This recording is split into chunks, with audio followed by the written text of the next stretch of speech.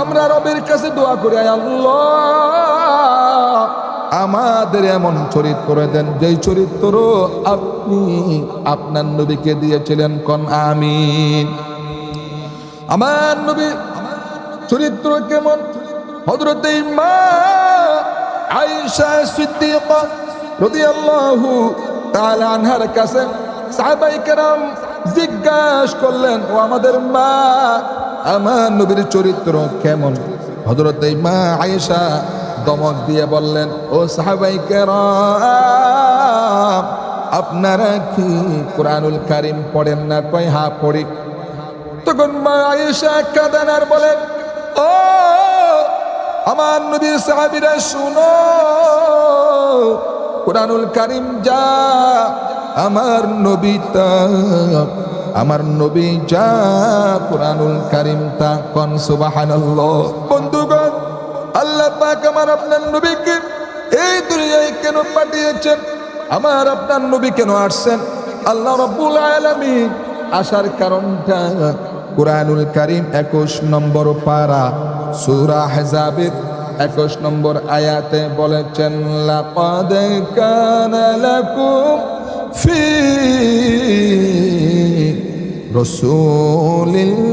রাসূলিল্লাহি উসওয়াতুন হাসানা। তোমাদের জন্য গ্রহণযোগ্য মহত্ব আদর্শ হতেছে তোমাদের রাসূল। তোমাদের রাসূলের ভিতরে তোমাদের আদর্শ রয়েছে। নবীজির কাছ থেকেই তোমরা বান্দা আদর্শ গ্রহণ করো। সুবহানাল্লাহ কি বলবেন না? আমাদের নবী এতিমের আদর্শ, শিশুর আদর্শ, কিশোরদের আদর্শ, তরুণদের আদর্শ, যুবকদের আদর্শ, বৃদ্ধের আদর্শ, পিতার আদর্শ, স্বামীর আদর্শ, নানার আদর্শ, শ্রমিকের আদর্শ, সেনাপতির আদর্শ, রাষ্ট্রপ্রধানেরও আদর্শ হতেছে আমার আপনার নবী। সুবহানাল্লাহ বলেন। যেই যুগে বেহায়াপনা আর উলঙ্গপনা দিয়েছিল সমাজ বলতে, নারী আর পুরুষরা মিলে খানায়ে কাবা তাওয়াফ করত উলঙ্গ হয়ে। কি হয়ে বলেন? উলঙ্গ হয়ে খানায়ে কাবা তারা তাওয়াফ করত। নাউজুবিল্লাহ বলেন। সেই যুগে যখন কাবা শরীফ রিকনেকশন হচ্ছিল, পুনর্নির্মাণ হচ্ছিল, তখন আমার আপনার নবী বহন করছিলেন পাথরগুলি মাথায় করে। বলেন, পাথরগুলি মাথায় করে বহন করছিলেন। আমার নবীর চাচা আমার নবীকে বললেন, ও ভাতিজা, তোমার তো বুঝি কষ্ট হচ্ছে, তুমি এখন এইটাকে গাড়ের উপরে, লুঙ্গিটা খুইলা গাড়ের উপরে রেখে তারপরে এটা বহন করো। আমার নবী লুঙ্গি গিটার উপর হাত দিয়েছেন, খুলবেন, মাথার উপর এটা বহন করবেন, কাঁধে রেখে মাথার উপর নিয়ে পাথর বহন করবেন। লুঙ্গির গিটার উপর হাত দিয়েছেন আমার আপনার নবী, খুলবেন এই চিন্তা করে। কিন্তু আমার আপনার নবী লুঙ্গির গিটার উপর হাত রেখে চিন্তা করলেন, এতগুলি মানুষের সামনে লুঙ্গিটা খুললে পড়ে, উলঙ্গ হয়ে গলে পড়ে, কি লজ্জা হবে, কি শরম হবে। এখনো খুলেন নাই, শুধু খুললে পড়ে কি লজ্জা হবে, কি শরম হবে। সে আগাম শরমের অনুভূতিতে আমার আপনার নবী বেহুশ হয়ে জমিনে পড়ে গিয়েছেন। আল্লাহু আকবার।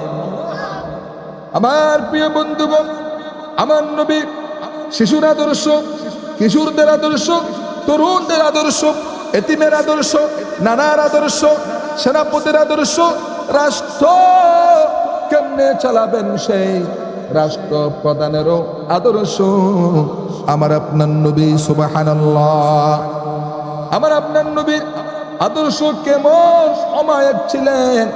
আমার নবী শিশুদেরও আদর্শ কেমনে দেখেন। আমার আপনার নবী কিতাবের মধ্যে আসছে, রাস্তা দিয়ে হেঁটে যদি কোথাও যেতেন দাওয়াতি সফরে, ছোট্ট ছোট্ট মাসুম শিশুমণিরা রাস্তার ধারে ধারে খেলা করত, তারা আমার আপনার নবী সাল্লাল্লাহু আলাইহি ওয়াসাল্লামকে দেখলেই মুহূর্তে খেলাধুলা ছেড়ে দিয়ে আমার নবীর কাছে তারা ছুটে আসতো। সুবহানাল্লাহ। কি আদর করতেন আমার নবী শিশুদেরকে। কিতাবের ভিতরে আসছে একবার তো আমার নবী একটা ছোট্ট শিশুর মাথায় হাত বুলিয়ে জিজ্ঞাসা করলেন, ও ছোট্ট বাবু, তোমার সাথে যেই লাল পাখিটা থাকতো সেই লাল পাখিটা কই? কে জিজ্ঞেস করতেছে? বিশ্ব জাহানের নবী। সুবহানাল্লাহ বলেন। আলহামদুলিল্লাহ আলহামদুলিল্লাহিল্লাযী জাআলাশ শামসা ওয়াল কমারা বিহুসবান ওয়ান নাজমা ওয়াশ শাজারা ইয়াসজুদান وفضل زمانا على زمان كما فضل مكانا على مكان وإنسانا على إنسان ونشهد أن لا إله إلا الله وحده لا شريك له لا جد له ولا ند له ولا مثل له ونشهد أن سيدنا وسندنا وحبيب ربنا وطبيبنا وطبيب قلوبنا ومولانا وأعلانا محمدا عبده ورسوله اللهم صل على سيدنا محمد النبي الأمي وعلى آله وسلم تسليما وبعد فأعوذ بالله من الشيطان الرجيم بسم الله الرحمن الرحيم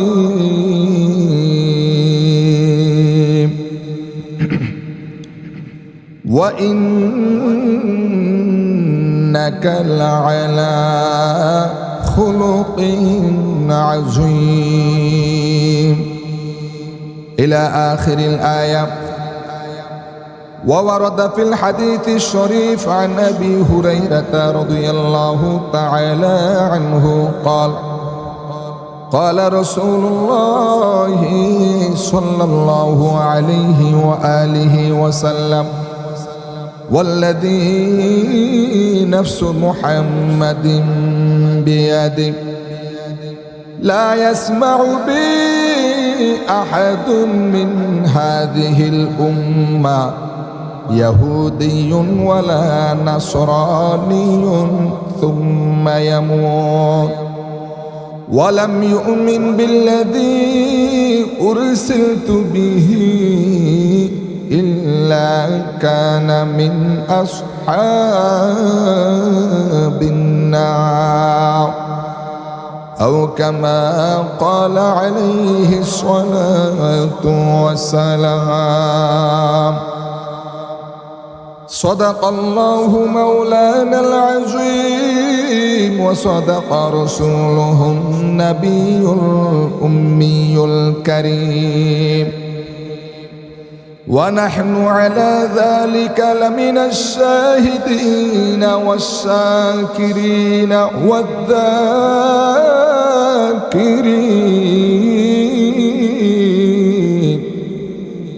والحمد لله رب العالمين.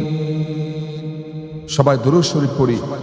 اللهم صل على محمد وعلى آل محمد كما صليت على إبراهيم وعلى آل إبراهيم إنك حميد مجيد. اللهم بارك على محمد وعلى آل محمد كما باركت على إبراهيم وعلى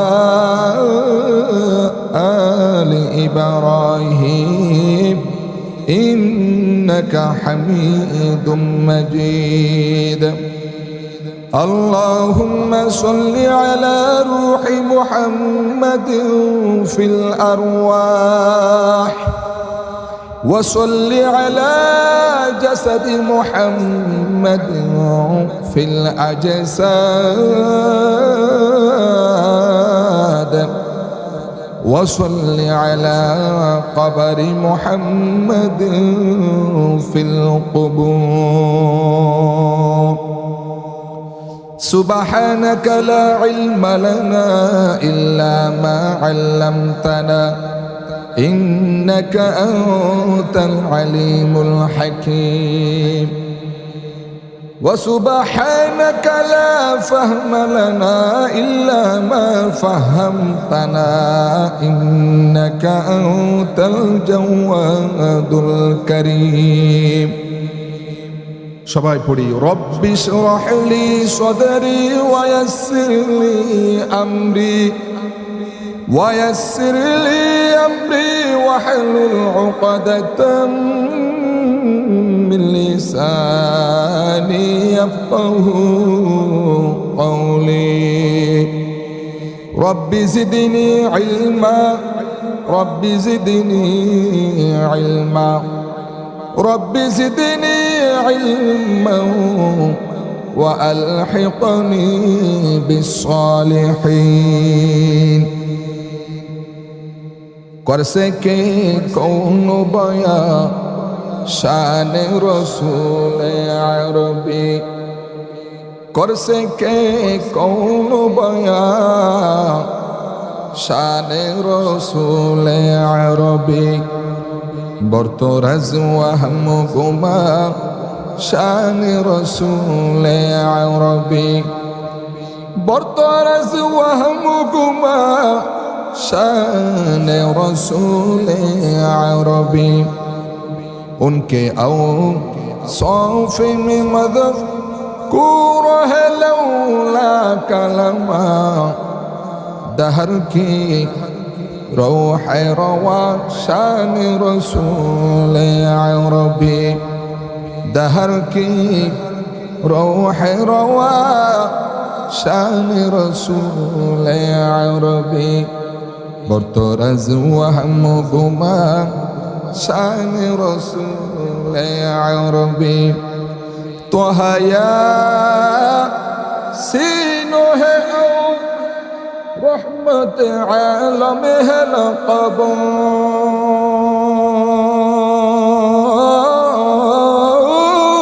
तो हया सीनो है रहमत आलम है लक़ब.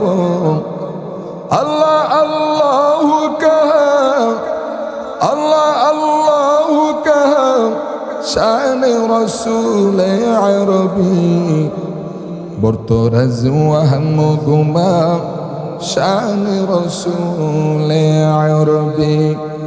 करसे के कौन बया शान रसूल अरबी करसे के कौन बया शान रसूल अरबी बरतरज वहम गुमा शान रसूल अरबी बरतरज वहम गुमा শান রসুল আরবি। আলহামদুলিল্লাহ, আজ 16 ডিসেম্বর 2025 চট্টগ্রাম পতেঙ্গা জামিয়া দারুল কোরআন ইসলামিক রিসার্চ সেন্টার কর্তৃক আয়োজিত ইসলামী মহাসম্মেলনের সম্মানিত সভাপতি হযরত উলামায়ে কেরাম, তালিবুল ইলম, আমার আজিজ তোলাবারা, উপস্থিত আমার বৃদ্ধ বাবাজিরা, সমবয়সী যুবক ভাইরা, পর্দানসীন জাহেদা আবেদা সালেহিন মুত্তাকিন পরহেজগার মা এবং বোনেরা, আল্লাহ পাকের শান্তির বাণী আপনাদেরকে আবারও দিচ্ছি। আসসালামু আলাইকুম ওয়া রাহমাতুল্লাহি ওয়া বারাকাতুহু।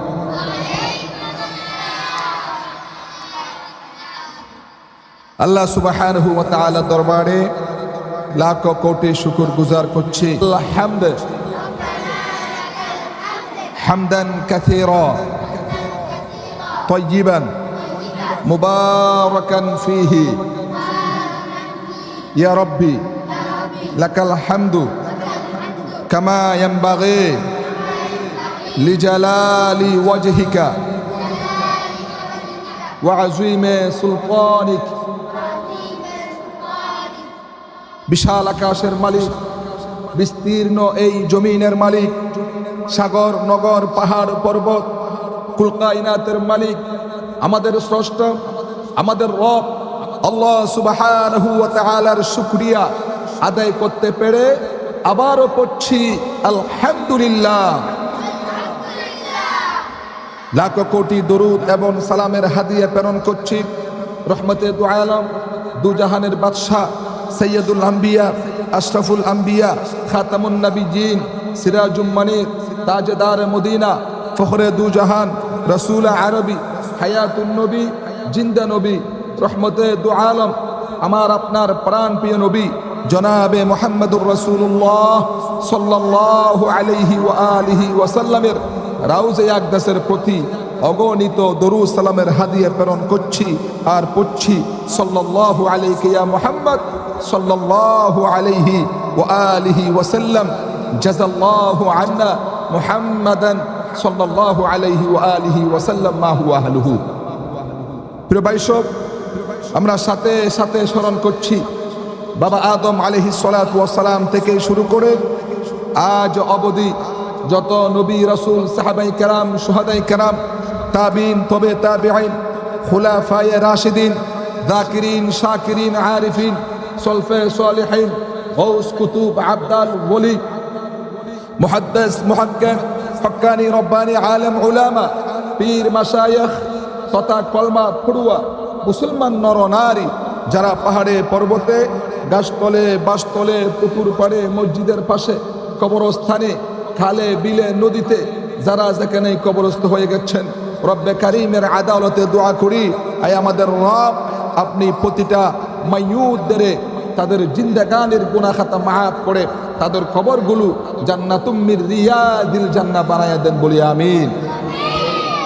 আমাদের অনেকের মা নাই, বাবা নাই, দাদা নাই, দাদি নাই, আত্মীয় স্বজন খেসা কারব অন্ধকার কবরস্থ হয়ে গেছেন। আমার কলিজার টুকরা আব্বা জানো 2023 সনের 30 ডিসেম্বর আমাদের এতিম করে সুখ সাগরে ভাসিয়ে চিরতরে চলে গেছেন। আয় আল্লাহ আমাদের মরহুম আব্বা আমাদের মাফ করে কবরগুলো জান্নাতের বাগান বানাই দেন, বলি আমিন। আল্লাহুম্মা গফিরলি ওয়া লিওয়ালিদাইয়া ওয়া লিল মুমিনিন ওয়াল মুমিনাত। আমার প্রিয় বন্ধুগণ, আমরাও একদিন এই দুনিয়া ছেড়ে অন্ধকার কবরে চলে যাব, লা রাইবা ফি, এর মধ্যে কোনো সন্দেহ নাই। আমরা আগাম রবের আদালতে দোয়া করে নেই, আয় আমাদের রব আল্লাহ আমরা দুনিয়া থেকে যাওয়ার কালে মানুষের পাওনা, মানুষের হক, মানুষের দাবি দেওয়া সবই আদায় করে আপনাকে রাজি খুশি করে ইমানের হালতে মৃত্যুর কাউন্টার থেকে জান্নাতুল ফেরদাউসের টিকিট নিয়ে কলমা শরীফ পড়ে পড়ে কবরস্থ হওয়ার মতো তৌফিক আমাদের নসিব করিয়ান, বলেন আমিন। আল্লাহ যতদিন দুনিয়ায় বেঁচে রাখবেন নেক হায়াতের সাথে রাখেন, আমল এবং হেদায়েতের সাথে রাখেন, বলেন আমিন। আমার প্রিয় বন্ধুগণ, আজ 16 ডিসেম্বর 2025 বাংলাদেশের মানুষের জন্যে একটা আনন্দের দিন। কিসের দিন বলেন তো? কারণ আজ থেকে 55 বছর পূর্বে আজকের এই দিনে 1971 সনে বাংলাদেশ স্বাধীনতা লাভ করেছেন। মুসলিম রাষ্ট্রের প্রতিটি নাগরিকের দায়িত্ব হলো তার দেশকে ভালোবাসতে হবে। হুব্বুল ওয়াতনি মিনাল ঈমান, দেশ প্রেম, দেশকে ভালোবাসা, এটা ঈমানের এক অবিচ্ছেদ্য অংশ। সুবহানাল্লাহ বলেন। শুধু তা নয়, দেশকে রাষ্ট্রকে ভালোবাসা আমার আপনার নবী সাল্লাল্লাহু আলাইহি ওয়াসাল্লামের এক আদর্শ।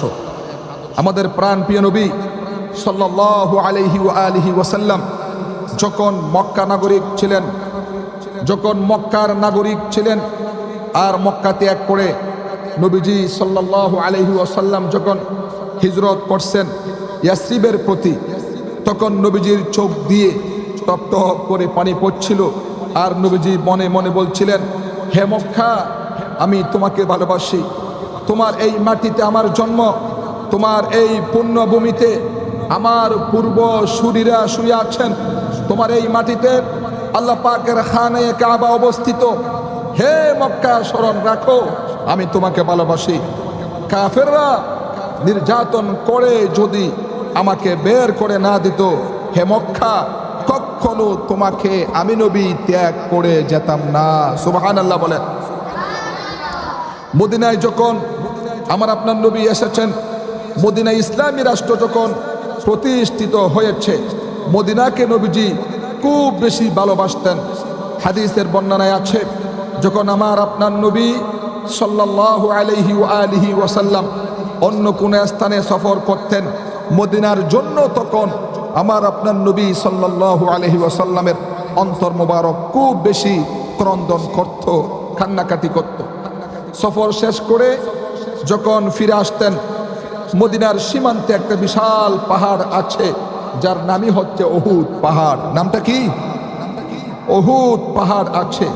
দূর থেকে যখন আমার আপনার নবী সাল্লাল্লাহু আলাইহি ওয়া আলিহি ওয়াসাল্লাম উহুদ পাহাড় দেখতেন, আমার আপনার নবীর অন্তর আনন্দে উল্লাসিত হয়ে যেত, চেহারা মুবারকে আনন্দের আভা ফুটে উঠত। হাদিসে আসছে, আমার আপনার নবী আনন্দের ভাষায় বলতেন, উহুদু জাবালিন ইউহিব্বুনা ওয়া নুহিব্বু। হাদিস কানা মনে রাখবেন, আমার আপনার নবী বলতেন, উহুদু জাবালিন ইউহিব্বুনা ওয়া নুহিব্বুহু।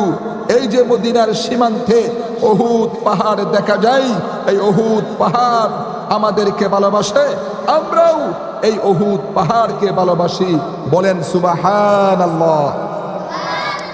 তাহলে একজন মুসলমানের জন্য তার রাষ্ট্রকে, তার মাটিকে, তার জন্মভূমিকে ভালোবাসা হচ্ছে আমার আপনার নবী সাল্লাল্লাহু আলাইহি ওয়া আলিহি ওয়াসাল্লামের আদর্শ। আলহামদুলিল্লাহ বলেন। দেশ প্রেম, রাষ্ট্রের প্রতি ভালোবাসা, নিজের পুণ্যভূমির প্রতি ভালোবাসা হচ্ছে মুসলমানদের অবিচ্ছেদ্য একটি অংশ, মুসলিমদের একটা চরিত্র। রাষ্ট্রের সাথে কোনো ইমানদার, কোনো আল্লাহ ওয়ালা, আল্লাহ প্রেমিক, রসুল প্রেমিক গাদ্দারি করতে পারে না। নিজের মাটির সাথে কেউ গাদ্দারি করতে পারে না। এটাই ইসলামের শিক্ষা। ইসলাম আমাদেরকে শিক্ষা দেয় নিজের দেশকে ভালোবাসতে হবে। যেই দেশের আলু বাতাসে, যেই দেশের সূর্যের কিরণ বুক করে আমি বড় হয়েছি, সেই দেশকে ভালোবাসা আল্লাহ পাক রব্বুল আলামিনের নবী সাল্লাল্লাহু আলাইহি ওয়াসাল্লামের নববী আদর্শ, নবুয়তি আদর্শ। আমার নবীর আপনি উম্মত দাবি করবেন তো আপনাকে আপনার জন্মভূমি, পুণ্যভূমিকে আপনাকে ভালোবাসতেই হবে। সুবহানাল্লাহ বলেন। সেই দেশের মধ্যে কোন কুলাঙ্গার, কোন বিনদেশী এজেন্ট যদি বাস্তবায়ন করতে চায়, সেই রাষ্ট্রের ভিতরে যদি কেউ আমাদের রাষ্ট্রকে নিয়ে চিনি মিনি খেলে আমাদের রাষ্ট্রকে দ্বিখণ্ডিত করতে চায়, তাহলে আমরা মুসলমান যারা আছি আমাদেরকে আল্লাহু আকবরের ধ্বনি দিয়ে সেই বিনদেশী এজেন্টের বিরুদ্ধে যার হাতে যা আছে আল্লাহু আকবরের ধ্বনি দিয়ে তাদেরকে হুঙ্কারের মাধ্যমে বঙ্গোপসাগরে নিক্ষেপ করতে হবে। ঠিক কিনা বলেন? আমার প্রিয় বন্ধুগণ, তাহলে আমরা আজ 16 ডিসেম্বর 25 আমরা এই মেসেজটুকু পেয়েছি যে আমার আপনার নবী সাল্লাল্লাহু আলাইহি ওয়াসাল্লাম নিজেই দেশকে ভালোবাসতেন, আর আমাকে আপনাকেও সেই দেশকে ভালোবাসতেই হবে। তাহলে আপনি সত্যিকার একজন নবীর আশিক হিসাবে আল্লাহর কাছে বিবেচিত হবেন। বলি আলহামদুলিল্লাহ। আসুন আমরা আর ভূমিকা না বাড়িয়ে আমরা আমাদের মূল আলোচনায় চলে যাই। আমি আপনাদের সামনে কুরআনুল কারীম 29 নম্বর পারা সূরা কলমের 4 নম্বর আয়াত পাঠ করেছি। সাথে সাথে আমার আপনার নবী সাল্লাল্লাহু আলাইহি ওয়া আলিহি ওয়াসাল্লামের লক্ষ লক্ষ হাদিসে পাঠ থেকে ছোট্ট একখানা হাদিস পাঠ করেছি। রবের কাছে আমরা মনে মনে দোয়া করি এই হাদিস এবং কোরআনে পাকের আয়াতকে সামনে রেখে আল্লাহ পাক আমাদের কিছু দামি কথা, হেদায়েতমূলক কিছু আমার নবীর শান মান নিয়ে কথা বলার তৌফিক দান করুন। সকলে বলি আমিন। আমাদের জানতে হবে আমাদের নবী সাল্লাল্লাহু আলাইহি ওয়াসাল্লাম এই পৃথিবীতে কেন এসেছেন, কেন এসেছেন আমাদের নবী, এটা আমাদের জানতেই হবে, ঠিক কিনা বলেন? আল্লাহ পাক রব্বুল আলামিন যুগে যুগে মানব জাতিকে হেদায়েতের জন্য অসংখ্য অগণিত নবী রাসূল প্রেরণ করেছেন। 3টা মত পাওয়া যায় কত আল্লাহ পাক নবী রাসূল পাঠিয়েছেন দুনিয়ায়। কোন মুহাদ্দিসিনে কেরামরা বলেন 3 লাখ, কেউ বলে 2 লক্ষ। সর্বশেষ সহিহ মত, বিশুদ্ধ বর্ণনা যেটি পাওয়া যায়, সেই বিশুদ্ধ বর্ণনায় এসছে আল্লাহ পাক ন্যূনতমে কমসে কম এই পৃথিবীতে মানব জাতির হেদায়েতের জন্যে 1,24,000 নবী রাসূল এই পৃথিবীতে পাঠিয়েছেন। বলি সুবহানাল্লাহ। পৃথিবীতে সবচেয়ে সম্মানী, সবচেয়ে নির্বাচিত, সবচেয়ে সম্মানিত, সবচেয়ে সুন্দর চরিত্রের উজ্জ্বল নক্ষত্র আল্লাহর পরে আল্লাহ পাকের পাঠানো নবী রাসূলগণ, তারা তাদের আদর্শ দিয়ে এই পৃথিবীর মানুষদেরকে জয় করছেন, মানুষদেরকে দ্বীনের দাওয়াত দিয়েছেন, হিকমার মাধ্যমে, নিজের চরিত্রের মাধ্যমে মানুষকে আল্লাহর দিকে ডেকেছেন। তবে আল্লাহ পাক বলেন, ইয়া হাসরাতান আলাল ইবাদ, ও আমার বান্দা, আমি আল্লাহ বড় আফসোস করে বলছি, মা ইয়াতিহিম মির রাসূল ইল্লা কানু বিহি ইস্তাহজিউন, আমি এমন কোন নবী রাসূল দুনিয়ায় পাঠাইনি যাদেরকে আপন আপন কওমের লোকেরা নির্যাতিত করে নাই, নিপীড়িত করে নাই, নিষ্পেষিত করে নাই, কষ্ট দেয় নাই। প্রিয় বন্ধুগণ, কিতাবের ভিতর আসছে আল্লাহ পাক যেই যুগে সবচেয়ে বেশি নবী রাসূল পাঠিয়েছেন সেই যুগটির নাম হচ্ছে বনী ইসরাইলের যুগ। হযরত মূসা কালিমুল্লাহ আলাইহিস সালাতু ওয়াস সালামের জামানা, সেই জামানায় তার কওমের লোকেরা একদিনে সকাল বেলা ফজরের নামাজের পর থেকে সুবহ সাদেক থেকে নিয়ে সূর্য যখন মধ্যাহ্ন সময় এসেছে, এর ভিতরে 70 জন নবী রাসূলকে গলা কেটে দুনিয়া থেকে চিরতরে শহীদ করে দিয়েছেন। ইন্না লিল্লাহি ওয়া ইন্না ইলাইহি রাজিউন। এত কষ্ট দিয়েছেন নবী রাসূলদের। আমার আপনার নবী সাল্লাল্লাহু আলাইহি ওয়াসাল্লাম বলেন, উম্মত, আমার কওমের লোকেরা আমারও কম কষ্ট দেয় নাই, সবচেয়ে বেশি কষ্ট আমাকে দিয়েছেন। নিদারুন নির্যাতনের স্টিম রোলার আমি নবীর উপর তারা চালিয়েছে আমার কওমের লোকেরা। তাদের দোষ কি? নবী রাসূলদের কোনো দোষ ছিল? আওয়াজ দিয়ে বলতে হবে, কোনো দোষ ছিল? হ্যাঁ, কাফের বেঈমানরা তাদের একটা কাজকে বেশি দোষ মনে করতেন, আইব মনে করতেন, সেটা হচ্ছে তারা কেন আমার আল্লাহ সুবহানাহু ওয়া তাআলার পক্ষে জাতিকে দাওয়াত দেয়। এই দাওয়াত, এই মিশন তারা সহ্য করতে পারতেন না। আল্লাহ রাব্বুল আলামিন কুরআনুল কারীমের ভিতরে বলেছেন, কাফের বেঈমানেরা আমার নবীকে যত কারণে কষ্ট দিয়েছেন, তার মধ্যে একটা কারণ আমার নবীর তেলাওয়াত খুব বেশি মর্মস্পর্শী ছিলেন, খুব বেশি মজার ছিলেন, খুব বেশি সুন্দর ছিলেন। কাফের বেঈমানদের ভিতরে দুভাগ হয়ে গিয়েছে। একটা অংশ আমার নবীর তেলাওয়াতকে খুব বেশি পছন্দ করতেন, আর একটা অংশ বলতো না, মুহাম্মদ, সবাই বলি সাল্লাল্লাহু আলাইহি ওয়াসাল্লাম। এই মুহাম্মদ যেই কালাম পড়ে, যে কোরআন পড়ে, সেটা তার নিজের বানানো কালাম। নাউজুবিল্লাহ। আমার নবী খুব বেশি কষ্ট পেলেন। আমার নবী সাল্লাল্লাহু আলাইহি ওয়াসাল্লাম বলেন, ও আমার কওমের লোকেরা, আমি যেই কালাম পড়ি, যে কালামের পক্ষে তোমাদের দাওয়াত দেই, খোদা কি কসম, শুনে রেখো, এটা আমার কোনো বানানো কিতাব না, আমার বাপ দাদার ধর্মীয় কিতাব না, দুনিয়ার কোনো মানুষের রচনাকৃত কিতাব না, এটা আল্লাহ সুবহানাহু ওয়া তাআলার কালাম। এজন্য কোরআনের আরেকটা নাম হচ্ছে কালামুল্লাহ। কালামুল্লাহ মানে আল্লাহ সুবহানাহু ওয়া তাআলার কথা। সুবহানাল্লাহ বলে। আমার প্রিয় বন্ধুগণ, এতদ সত্ত্বেও কাফের বেঈমানদের নির্যাতন বন্ধ হয় নাই। আল্লাহ রাব্বুল আলামিন জিবরাইল আমিনের মাধ্যমে কুরআনুল কারীমের দুখানা আয়াত আমার আপনার নবীর কাছে পাঠিয়ে দিয়েছেন। সেই কুরআনুল কারীমের আয়াত কানা কুরআনে পাকের 27 নম্বর পারা সূরা নজমের ভিতরে আল্লাহ পাক কোট করে দিয়েছেন বিশ্ববাসীর জন্য।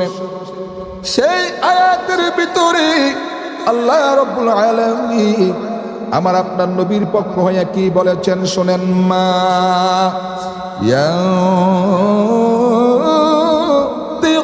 আনিল হাওয়া ইন হুয়া ইল্লা ওয়াহয়ুন ইউহা। আল্লাহ পাক ডাক দিয়ে বলেন, ও কাফির বেঈমানেরা শুনো, আমার নবী নফসকে অনুসরণ করে, প্রবৃত্তিকে অনুসরণ করে কোনো কথা বলেন না। আমার নবী যেটা বলেন সেটা হলো আমি আল্লাহ যা বলতে বলি আমার নবী তাই তোমাদেরকে বলে শোনান। সুবহানাল্লাহ বলেন। ও মুরব্বী বাবারা, দিলের কান দিয়ে কথাগুলা শোনেন। বাবা, যুবক বন্ধুগণ, একটু দিল কান লাগাইয়া কথাগুলা শোনেন। কি মর্মস্পর্শী কথা! আল্লাহ রাব্বুল আলামিন দেখতে পেলেন কাফের বেঈমানেরা এতদ সত্ত্বেও এই আয়াত কানা নাজিল হওয়ার পরেও তাদের ষড়যন্ত্র চক্রান্ত বন্ধ হয় নাই। আল্লাহ পাক আমার নবীর পক্ষে আরো গ্যারান্টি দিচ্ছেন, চ্যালেঞ্জ ছুটে দিলেন। এই আয়াত কানা কুরআনুল কারীম 29 নম্বর পারা সূরা হাক্কার ভিতরে এসেছে।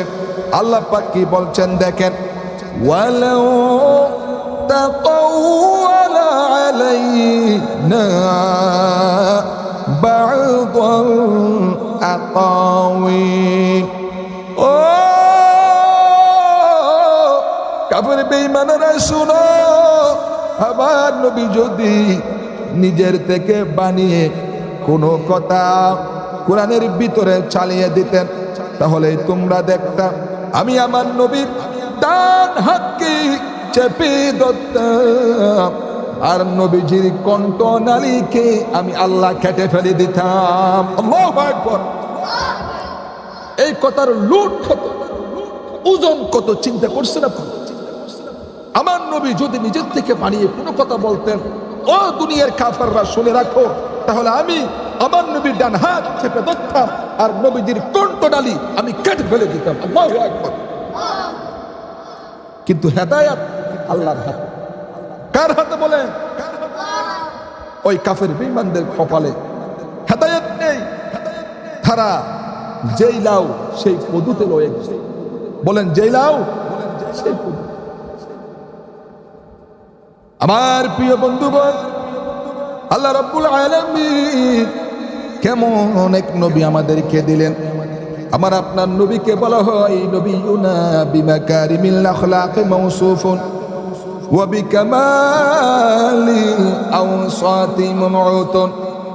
আমার নবীকে বলা হয় সর্বগুণে গুণান্বিত নবী, আর দুনিয়ার সর্বশ্রেষ্ঠ চরিত্রের ফ্যাক্টরি বলা হয় আমার আপনার নবী সাল্লাল্লাহু আলাইহি ওয়াসাল্লামকে। আমার প্রিয় বন্ধুগণ, আমার নবীর চরিত্র কেমন আল্লাহ রাব্বুল আলামিন নিজেই আমার আপনার নবী সাল্লাল্লাহু আলাইহি ওয়া আলিহি ওয়াসাল্লামের চরিত্রের সার্টিফিকেট দিচ্ছেন। কুরআনুল কারীম 29 নম্বর পারা সূরা কলমের 4 নম্বর আয়াত আল্লাহ পাক বলেন, ওয়া ইন্নাকা লাআলা খুলুকিন আযীম। নবী হে, আপনি হচ্ছেন পূত পবিত্র সর্বশ্রেষ্ঠ চরিত্রের উপর প্রতিষ্ঠিত। কোন সুবহানাল্লাহ। আপনি শ্রেষ্ঠ চরিত্রের উপর প্রতিষ্ঠিত নবী। দেখুন, আমার আপনার নবী সাল্লাল্লাহু আলাইহি ওয়া আলিহি ওয়াসাল্লাম যখন ঘরের মধ্যে প্রবেশ করলেন, সর্বপ্রথম নবুয়ত পাওয়ার পরে হযরতে জিবরাইল আলাইহিস সালাতু ওয়াস সালামের সঙ্গে জীবনের প্রথম দেখা আমার নবীর সাথে। আমার নবী জিবরাইল আমিন আলাইহিস সালাতু ওয়াস সালামকে দেখে প্রচন্ড ভয় পেয়ে গেছেন। আমার নবীর শরীর মুবারকে তীব্র জ্বর উঠে গেছে। আমার নবী ঘরের ভিতরে প্রবেশ করে হযরতে মা খাদিজাতুল কুবরা রাদিয়াল্লাহু তাআলা আনহাকে ডেকে বললেন, খাদিজা রে, আমাকে ডেকে দাও, আমি ভয় পেয়েছি, আমার শরীর মুবারকে প্রচন্ড জ্বর উঠে গেছে, আমি আমার জীবন নিয়ে আশঙ্কা করছি। মা খাদিজাতুল কুবরা রাদিয়াল্লাহু তাআলা আনহা বলতেছেন, আবুল কাসেম, হে কাসেমের পিতা, আপনার ভয় পাওয়ার কোনো কারণ নাই।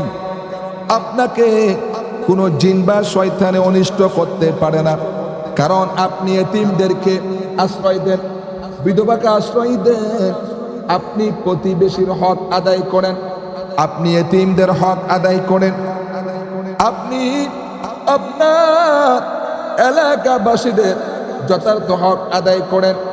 কি সার্টিফিকেট দিচ্ছেন? স্ত্রী, একজন স্ত্রী তার স্বামীর জন্য সর্বোচ্চ ভালোবাসা দিতে পারে, মহব্বত করতে পারে, সব পারে, কিন্তু স্ত্রী স্বামীর উপরে পরিপূর্ণ ঈমান আনতে পারে না, কারণ ঈমান আনা তো এত সহজ ব্যাপার না আমার বন্ধুগণ। কিন্তু দেখুন, আমার আপনার নবী নবুয়ত পাওয়ার পরে যখন হযরতে মা খাদিজাতুল কুবরা রাদিয়াল্লাহু তাআলা আনহাকে যখন রিসালাতের দাওয়াত পেশ করলেন, হযরতে মা খাদিজাতুল কুবরার সামনে যখন তাওহীদের দাওয়াত পেশ করলেন, হযরতে মা খাদিজা এক মুহূর্ত দেরি করলেন না, সঙ্গে সঙ্গে তিনি পড়ে নিলেন, লা ইলাহা ইল্লাল্লাহু মুহাম্মাদুর রাসূলুল্লাহ। সবাই পড়েন, লা ইলাহা ইল্লাল্লাহ, পড়িলা ইল্লাল্লাহ, লা ইলাহা। যার লাগিয়া কানু দরে তিনি সোনার মদিনা, যার লাগিয়া কানু দরে তিনি সোনার মদিনা, স্বপনে যুগে দেখতে পাবেন, হলে নবীর দিওয়ানা। লা ইলাহা ইল্লাল্লাহ, লা ইলাহা ইল্লাল্লাহ, পড়িলা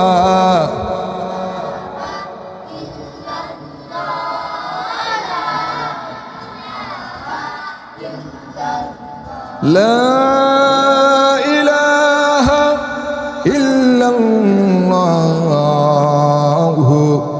মুহাম্মাদুর রাসূলুল্লাহ। সবাই বলেন সাল্লাল্লাহু আলাইহি ওয়া আলিহি ওয়াসাল্লাম। আমার প্রিয় বন্ধুগণ, আমার আপনার নবীর খাদেম ছিলেন হযরতে যায়েদ রাদিয়াল্লাহু তাআলা আনহু। নাম কি বলেন? হযরতে জায়েদ প্রায় 15 বছর পর্যন্ত আমার নবীর খেদমত করেছেন। একজন খাদেম তার মালিক সম্পর্কে তার সব কিছু জানা থাকে, আপ টু বাটন জানা থাকে। তার মালিক, তার সাহেব কেমন ভালো, তার চরিত্র কেমন কেমন কি সব কিছু জানা থাকে। খাদেম তার মালিকের জন্য ভালোবাসা দিতে পারে, সর্বোচ্চ মহব্বত করতে পারে, সবই পারে, কিন্তু খাদেম তার মালিকের উপর পরিপূর্ণ ঈমান আনতে পারে না। আমার বন্ধুগণ, কিন্তু দেখেন আমার আপনার নবী সাল্লাল্লাহু আলাইহি ওয়া আলিহি ওয়াসাল্লাম যখন হযরত যায়েদ রাদিয়াল্লাহু তাআলা আনহুর কাছে যখন তাওহীদের দাওয়াত দিলেন, রিসালাতের দাওয়াত পেশ করলেন, হযরত যায়েদ বিন্দু পরিমাণ চিন্তা করলেন না, আফসোস করলেন না, দেরি করলেন না। আমার আপনার নবী দাওয়াত দিতে দেরি, হযরত যায়েদ সঙ্গে সঙ্গে কলেমা পড়তে দেরি করেন নাই। সুবহানাল্লাহ। আমার প্রিয় বন্ধুগণ, আমার আপনার নবীর বন্ধু ছিলেন হযরত আবু বকর সিদ্দিক রাদিয়াল্লাহু তাআলা আনহু। নাম কি বলেন? আবু বকর সিদ্দিক রাদিয়াল্লাহু তাআলা আনহু 20 বছরের বন্ধু। কয় বছর বলেন? সুদীর্ঘ 20টা বছর বসে এক বন্ধু আর এক বন্ধুকে চিনতে মোটেও কিছু বাকি থাকে না। হযরতে আবু বকর সিদ্দিক রাদিয়াল্লাহু তাআলা আনহুর নিকট যখন আমার আপনার নবী তাওহীদের দাওয়াত পেশ করলেন, নবুয়তের দাওয়াত পেশ করলেন, হযরতে আবু বকর এক মুহূর্ত দেরি করলেন না, চিন্তা করলেন না, বরং তিনি বলতেছেন, হুজুর আপনি কোনো সাধারণ ব্যক্তি না, আপনার চরিত্র অসাধারণ চরিত্র। আমি আগেই বুঝতে পেরেছি সাধারণ মানুষের চরিত্র এমন হতেই পারে না। আপনার চরিত্র নবুয়তের চরিত্র, আপনি আমাকে আরো আগে কেন এ দাওয়াত দিলেন না? দাওয়াত দেওয়ার সঙ্গে সঙ্গে আমার আপনার নবীর দাওয়াত পেয়ে হযরতে আবু বকর সিদ্দিক সঙ্গে সঙ্গে পড়ে নিলেন, লা ইলাহা ইল্লাল্লাহু মুহাম্মাদুর রাসূলুল্লাহ সাল্লাল্লাহু আলাইহি ওয়াসাল্লাম। ও আমার বন্ধুগণ, ও চট্টলাবাসী, সাহাবায়ে কেরাম, আমার নবীর প্রতি এই মহব্বত, এই শ্রদ্ধা, এই ভালোবাসা তারা পোষণ করতেন। আর আমার আপনার নবীও নিজের চরিত্র দিয়ে মানুষের সামনে নিজেকে প্রকাশিত করেছেন। সুবহানাল্লাহ বলেন। আমার আপনার নবীর চরিত্র দুই রকম ছিলেন না। আমার আপনার নবীর চরিত্র ছিলেন একরকম, ব্যক্তিগত চরিত্র আর পারিবারিক চরিত্র দুই রকম না। ব্যক্তিগত যে চরিত্র, এটাই ছিল আমার নবীর ঘরের চরিত্র, যেটাই ছিল ঘরে সেটাই ছিল বাহিরের। সুবহানাল্লাহ বলেন। আমাদের দেশে দেখবেন কিছু লোক আছে, তার ঘরের ভিতরে চরিত্র একরকম, মানুষের সামনে আরেক রকম, আর রাজনীতির ময়দানে গিয়ে আরেক রকম, যাদেরকে আমরা বলি দুই মুখী সাপ। কয় মুখী বলেন? যার কাছে যেরকম পারে সেরকম নিজেকে প্রকাশিত করে, এরাই হচ্ছে মুনাফিক।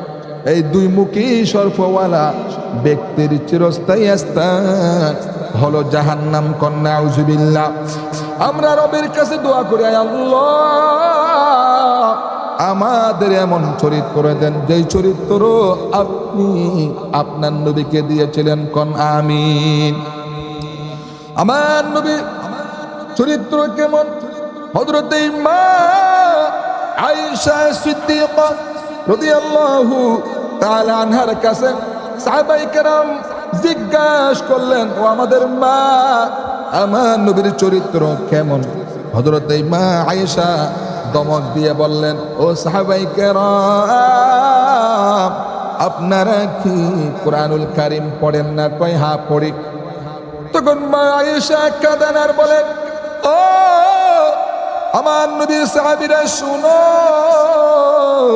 কোরআনুল কারীম যা আমার নবী তা, আমার নবী যা কোরআনুল কারীম তা। কোন সুবহানাল্লাহ। বন্ধুগণ, আল্লাহ পাক আমার আপনার নবীকে এই দুনিয়ায় কেন পাঠিয়েছেন? আমার আপনার নবী কেন আসছেন? আল্লাহ রাব্বুল আলামিন আসার কারণটা কোরআনুল কারীম 21 নম্বর পারা সূরা আহজাবের 21 নম্বর আয়াতে বলেছেন, লাকাদ কানা লাকুম ফি রাসূলিল্লাহি উসওয়াতুন হাসানা। তোমাদের জন্য গ্রহণযোগ্য মহত্ব আদর্শ হতেছে তোমাদের রাসূল। তোমাদের রাসূলের ভিতরে তোমাদের আদর্শ রয়েছে। নবীজির কাছ থেকেই তোমরা বান্দা আদর্শ গ্রহণ করো। সুবহানাল্লাহ কি বলবেন না? আমাদের নবী এতিমের আদর্শ, শিশুর আদর্শ, কিশোরদের আদর্শ, তরুণদের আদর্শ, যুবকদের আদর্শ, বৃদ্ধের আদর্শ, পিতার আদর্শ, স্বামীর আদর্শ, নানা আদর্শ, শ্রমিকের আদর্শ, সেনাপতির আদর্শ, রাষ্ট্রপ্রধানেরও আদর্শ হতেছে আমার আপনার নবী। সুবহানাল্লাহ বলেন। যেই যুগে বেহায়াপনা আর উলঙ্গপনা দিয়েছিল সমাজ বলতে, নারী আর পুরুষরা মিলে খানায় কাবা তাওয়াফ করতো উলঙ্গ হয়ে। কি হয়ে বলেন? উলঙ্গ হয়ে খানায় কাবা তারা তাওয়াফ করতো। নাউজুবিল্লাহ বলেন। সেই যুগে যখন কাবা শরীফ রিকনেকশন হচ্ছিল, পুনর্নির্মাণ হচ্ছিল, তখন আমার আপনার নবী বহন করছিলেন পাথরগুলি মাথায় করে। বলেন, পাথরগুলি মাথায় করে বহন করছিলেন। আমার নবীর চাচা আমার নবীকে বললেন, ও ভাতিজা, তোমার তো বুঝি কষ্ট হচ্ছে, তুমি এখন এইটাকে গাড়ের উপরে, লুঙ্গিটা খুইলা গাড়ের উপরে রেখে তারপরে এটা বহন করো।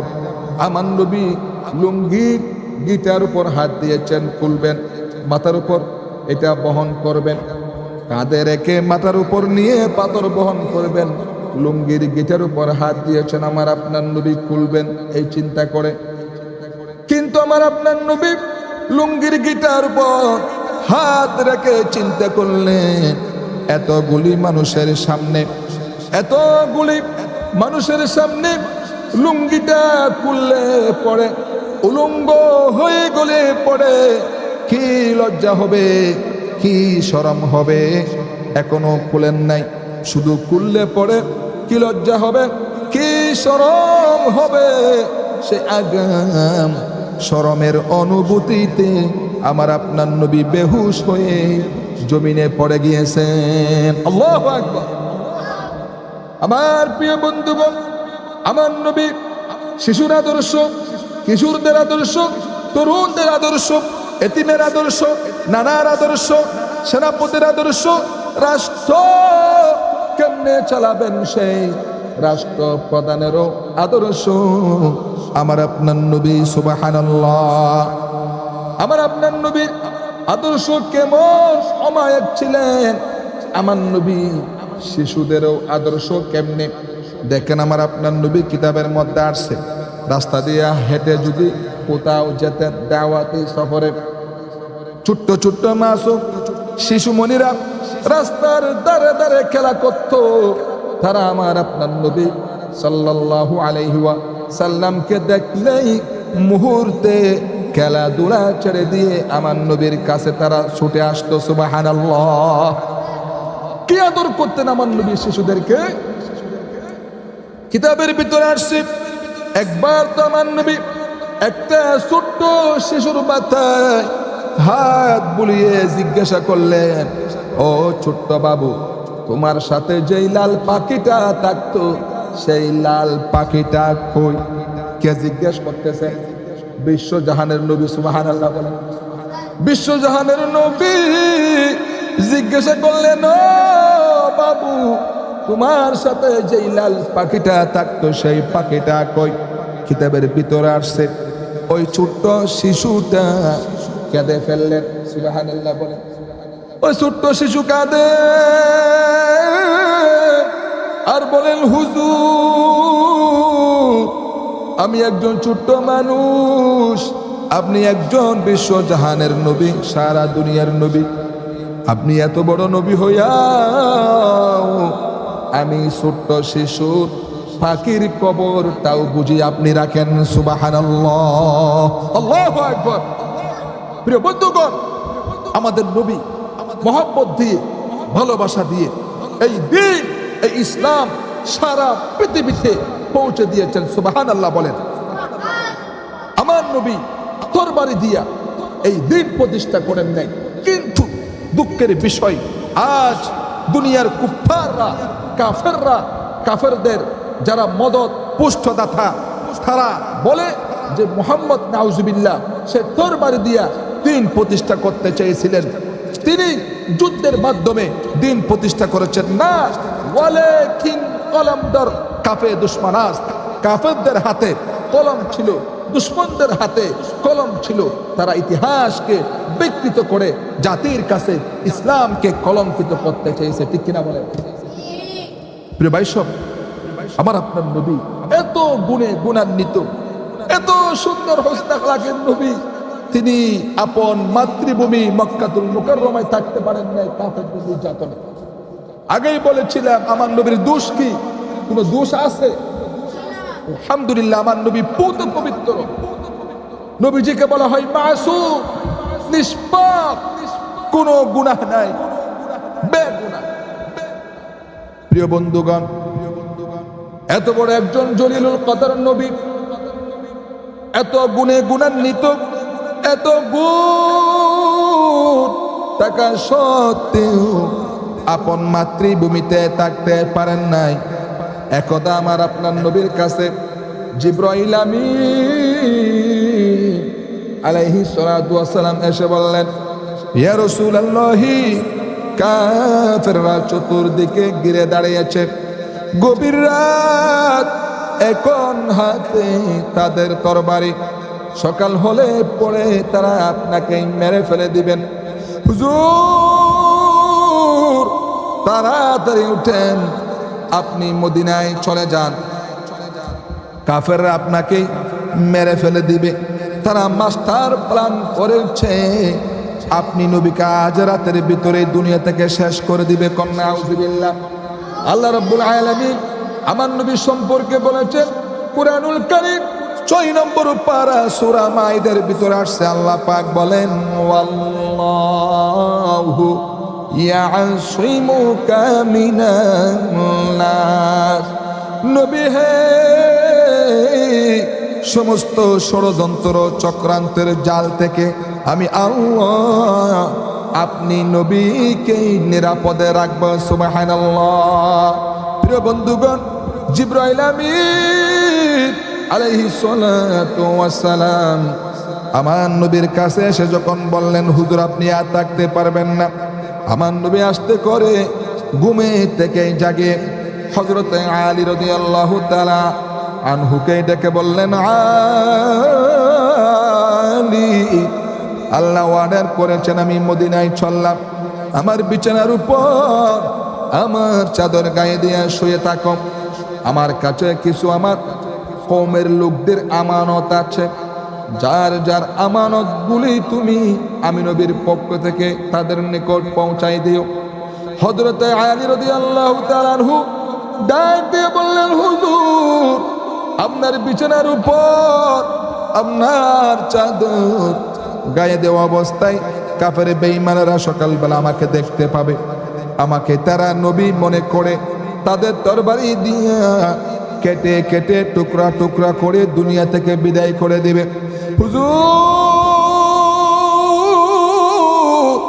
এই ভয়, এই পরোয়া আমি করি না, বরং আমার দিলের ভিতরে এটাই তৃপ্তি থাকবে, এই আনন্দ জাগবে যে আমি আলী জীবনের বিনিময় আল্লাহর হাবিব দুনিয়ায় বেঁচে আছেন। সুবহানাল্লাহ। আমার প্রিয় বন্ধুগণ, সাহাবায়ে কেরাম নবীর কত না ভালোবাসতেন। সুবহানাল্লাহকে আরেকবার বলা যায় না। আমার আপনার নবী আস্তে করে ঘরের থেকে বের হয়ে গেলেন, হাতের মধ্যে এক মুষ্টি বালি হাতে নিয়ে শাহাতিল ওযু পড়ে 3 বার দম করে বালিগুলি কাফেরদের মুখের উপরে ছিটাইয়া দিলেন। সঙ্গে সঙ্গে কাফেররা তারা তাদের চোখের মধ্যে হাত দিতে দিতে চোখ তাদের ঝাপসা হয়ে গেছে। ইত্যবসরি নিরাপদ আমার আপনার নবী বের হয়ে গেলেন। পরবর্তী সময়ে রব্বুল আলামিন ডেকে বললেন, ইয়া রাসূলুল্লাহ, কাফেররা চতুর্দিকে আপনাকে ঘিরে দাঁড়িয়ে মারার জন্য মাস্টার প্ল্যান করেছিল। আপনি তাদের দিকে সবে মাত্র এক মুষ্টি বালি তাদের চেহারার দিকে নিক্ষেপ করেছেন, একদিকেই মেরেছিলেন, কিন্তু চতুর্দিকে হাজার হাজার কাফেররা আপনাকে বেষ্টনী দিয়ে রেখেছে, ঘেরাও করে রেখেছে। যেই দিকেই মেরেছেন সেই দিকেই যাওয়ার কথা, কিন্তু চতুর্দিকে সব কাফেরদের চোখে বালিগুলি কেমনে পৌঁছালো? সুবহানাল্লাহ কি বলবেন না? আল্লাহ রাব্বুল আলামিন আমার নবীর এই প্রশ্নের সওয়ালে মুকদ্দরের জবাব আল্লাহ নিজেই দিয়ে দিচ্ছেন। কুরআনুল কারীম সূরা আনফালের ভিতরে আসছে, ওয়ামা রামাইতা ইয রামাইতা ওয়ালাকিন্নাল্লাহা রামা। যারা পড়েন পড়েন, ওয়ামা রামাইতা ইয রামাইতা ওয়ালাকিন্নাল্লাহা রামা। নবী, আপনি নিক্ষেপ করেন নাই। যখন আপনি নিক্ষেপ করেছিলেন দুলাগুলি, আপনি তো শুধু বালুকণা ছেড়েছেন, কিন্তু চতুর্দিকে সব কাফেরদের চোখে ওই বালিগুলি পৌঁছানোর দায়িত্ব আমি আল্লাহ কুদরত গ্রহণ করেছে। সুবহানাল্লাহ। কদরে কুদরতুদারি বরকামান আনতা হাসবি আনতা রাব্বি দুল জালাল তুহি কাদ জলিলুল্লাহ জাহাদ বাহার হালে তুহি মৌলা নেগাহদা। আল্লাহ আল্লাহ তু মেরা গফার হ্যায়, আল্লাহ আল্লাহ তু মেরা সাত্তার হ্যায়।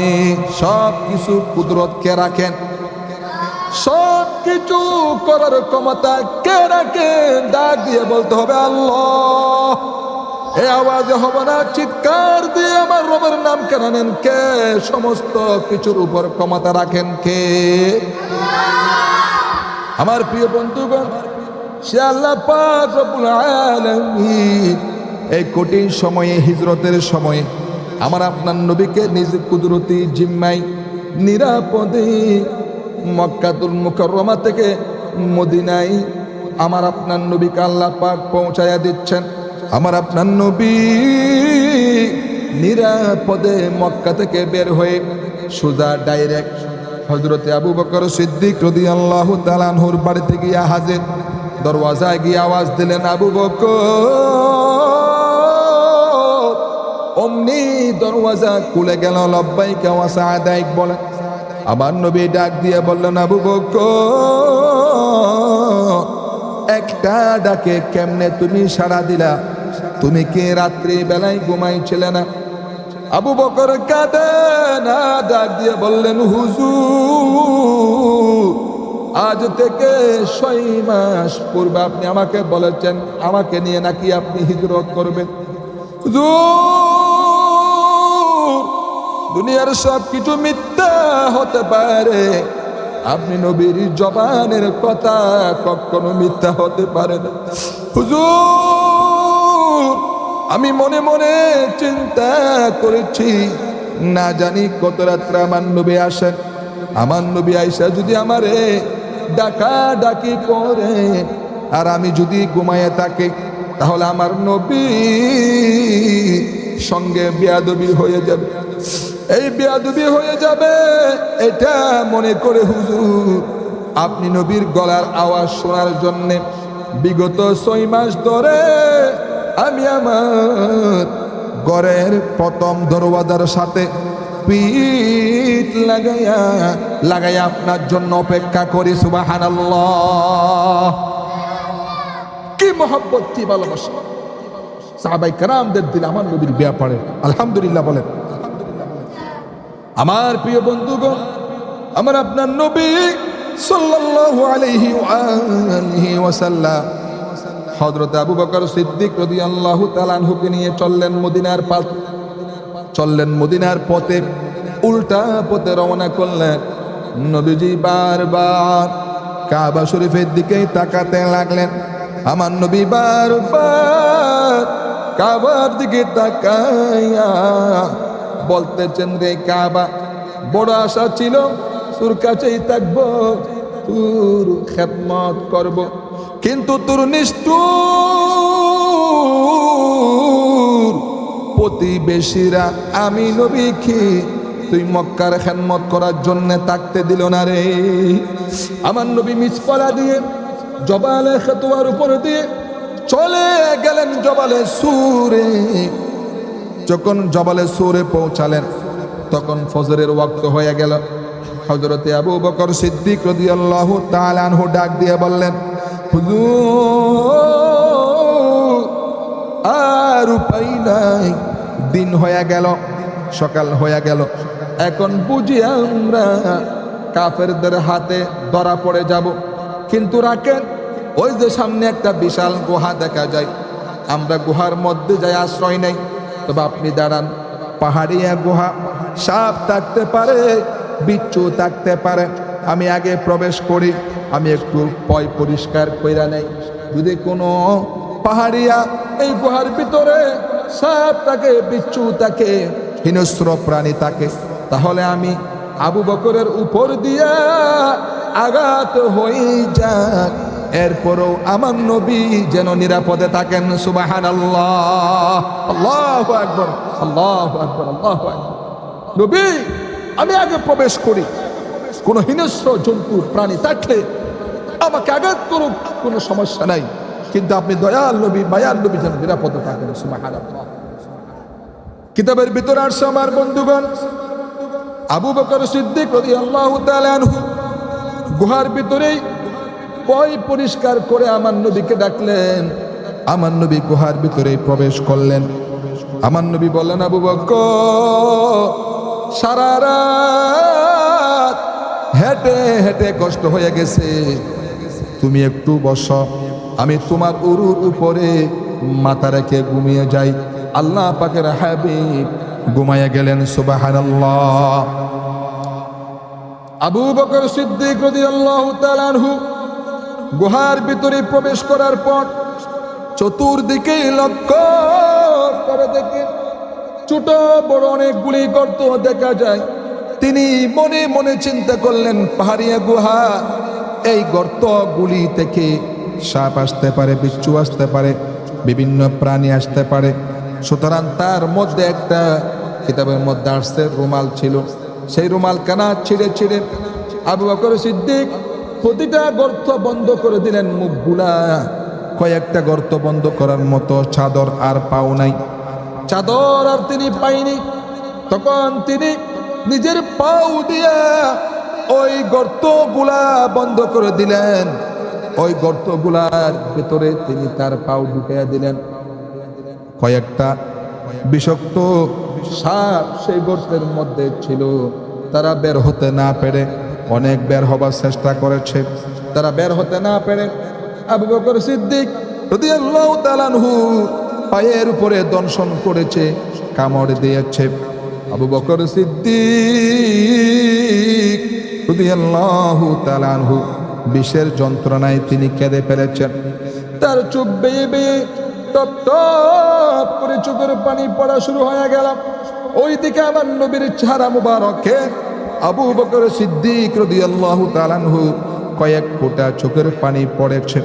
আমার নবী ঘুম ভেঙে গেল, আমার নবীর ঘুম ভেঙে গেল। জাগ্রত হয়ে বললেন, আবু বকর, তোমার চোখে পানি কেন? তোমার বাড়ির কথা বুঝি মনে পড়ে গেছে?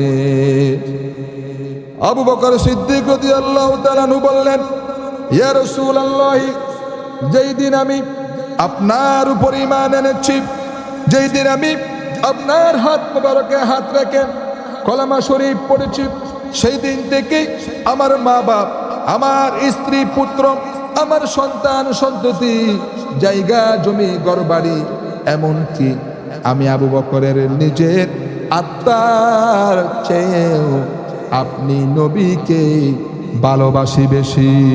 সুবহানাল্লাহ বলেন। তাহলে আবু বকর, তোমার চোখে পানি কেন? কেন কাঁদছো তুমি? আবু বকর রাদিয়াল্লাহু তাআলা আনহু বললেন, হুজুর, বাড়ির জন্য কাঁদি না, ছেলে পেলের জন্য কাঁদি না, সাপে দংশন করেছে, পায়ে বিষের যন্ত্রণা সহ্য করতে না পেরে কেঁদে ফেলেছি। আমার নবীর সঙ্গে সঙ্গে নিজের মুখ মুবারক থেকে কিছু লালা তুতু মুবারক বার করে আবু বকর সিদ্দিক রাদিয়াল্লাহু তাআলা আনহুর পায়ের ওই দংশিত জায়গার মধ্যে লাগাইয়া দিলেন।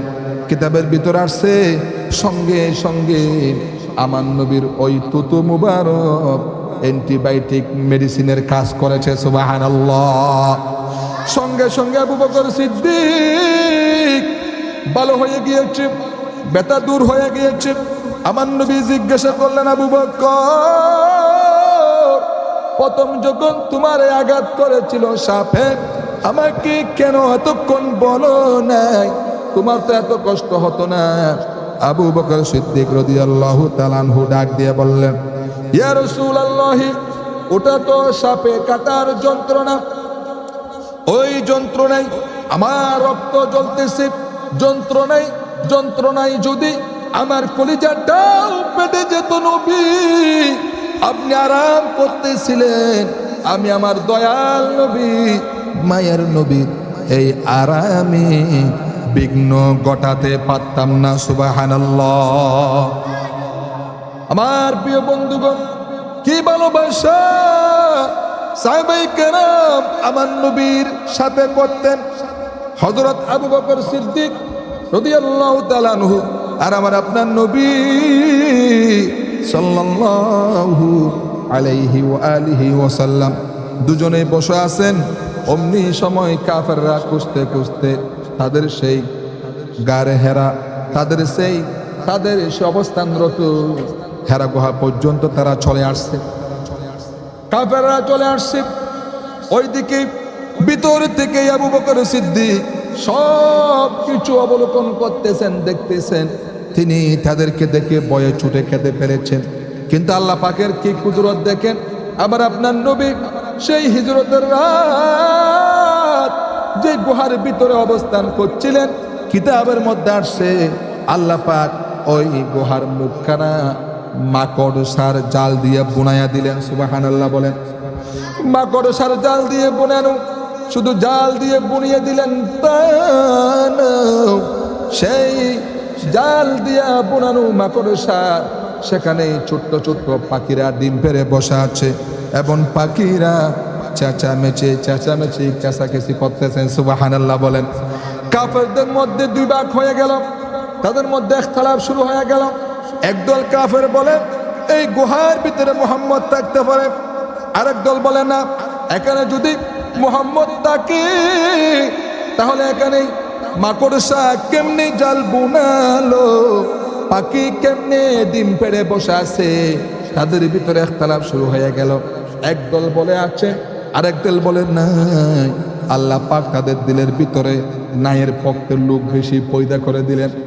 অর্থাৎ আল্লাহ পাক তাদের দিলের ভিতরে এটাই বুঝাইয়া দিলেন, ও কাফের বেঈমানেরা, তোমরা বলে এখন আমার নবী নাই, তার মানে আমি আমার নবীকে মাকড়সার জাল দিয়া, পাখির ডিম দিয়া আমি এই গুহার ভিতরে আমি আমার নবীকে নিরাপত্তার চাদরে মুড়িয়ে দিয়েছি। সুবহানাল্লাহ। কিন্তু ভিতরে কাফেরদের এই কতুফ কতন, এই বাঘ বিতণ্ড ভিতর থেকে আমার নবী দেখতেছেন, আমার নবী সীসা ডালা প্রাচীরের মতো অটল অবস্থানে আছেন, আল্লাহর প্রতি বিশ্বাস অগাধ ভালোবাসার উপর আছেন। আমার নবী জানেন এই কাফের বেঈমানেরা আমি নবীর কোনো ক্ষয়ক্ষতি করতে পারবে না। কিন্তু আবু বকর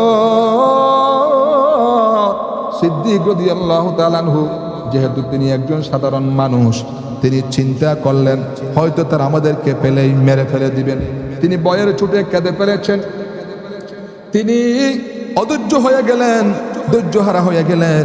আমার নবী সেই কঠিন মুহূর্তে আবু বকর সিদ্দিক রাদিয়াল্লাহু তাআলা আনহুকে কি দিয়ে সান্ত্বনা করলেন, যেই বাক্য দিয়ে, যে কথাগুলা দিয়ে সান্ত্বনা দিলেন, আমার নবী সাল্লাল্লাহু আলাইহি ওয়াসাল্লামের সেই বাক্যটা আল্লাহ রাব্বুল আলামিন কোরআনুল কারীম 10 নম্বর পারা সূরা তাওবা 41 নম্বর আয়াতের মধ্যে কোট করে দিলেন, নোট করে দিলেন বিশ্ববাসীর জন্য। আল্লাহ পাক বলেন, ইযহুমা ফিল গাম ইয ইয়াকুলু লিসাহিবিহি লা তাহজান ইন্নাল্লাহা মা'ানা। যারা পারেন তারা পড়েন, ইযহুমা ফিল গার ইয ইয়াকুলু লিসাহিবিহি লা তাহজান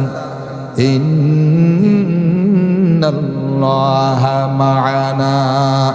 ও আমার নবী, ও আমার বন্ধু, ও আমার সাথী, তুমি ভয় করো না, আমরা এখানে মাইনরিটি নই, আমরাই মেজরিটি। তার কারণ আমাদের সাথে আল্লাহ সুবহানাহু ওয়া তাআলা আছেন। কোন সুবহানাল্লাহ। আমার প্রিয় বন্ধুগণ, এইভাবে করে আমার আপনার নবী মক্কাতুল মুকাররমা থেকে হিজরত করে মদিনায় পৌঁছে গেলেন। অনেক লম্বা আলোচনা।